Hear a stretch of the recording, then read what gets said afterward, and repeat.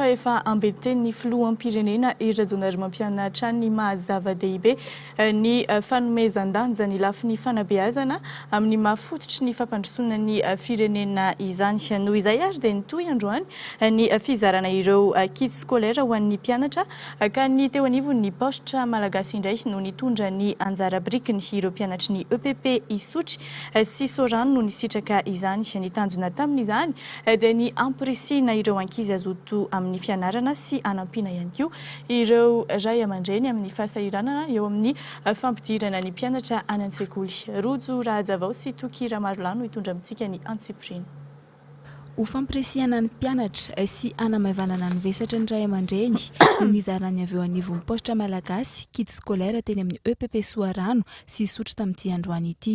Notarihan'ny talehan'ny kabinetra Andriamatora Rakotondrainibe Stefana izany fizarana izany. Fototry ny fampandrosoana ny fampianarana ka antony iray nahatonga ny fitondram-panjakana nanokana teto mbola bebe kokoa ho an'ny fampianarana. Io zany dia fanolorana kits scolaire teto amin'ny EPP Soarano.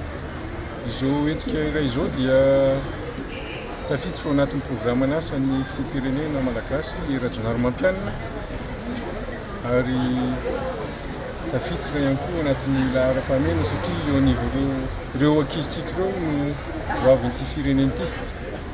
Ny zaraina andreo zany dia kitapo, cahier, stylo, crayon de couleur, classe d'examen no tena nanolorana azy.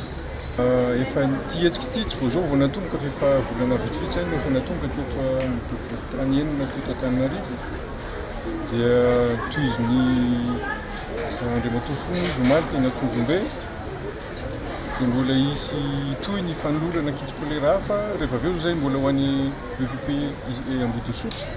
Lahara-pahamehana tokoa ny hetsika fanampiana ny mpianatra tahaka izao satria sady ampazoto azy ireo hianatra izao no fanohitry ny fampandrosoana ny firenena ihany koa.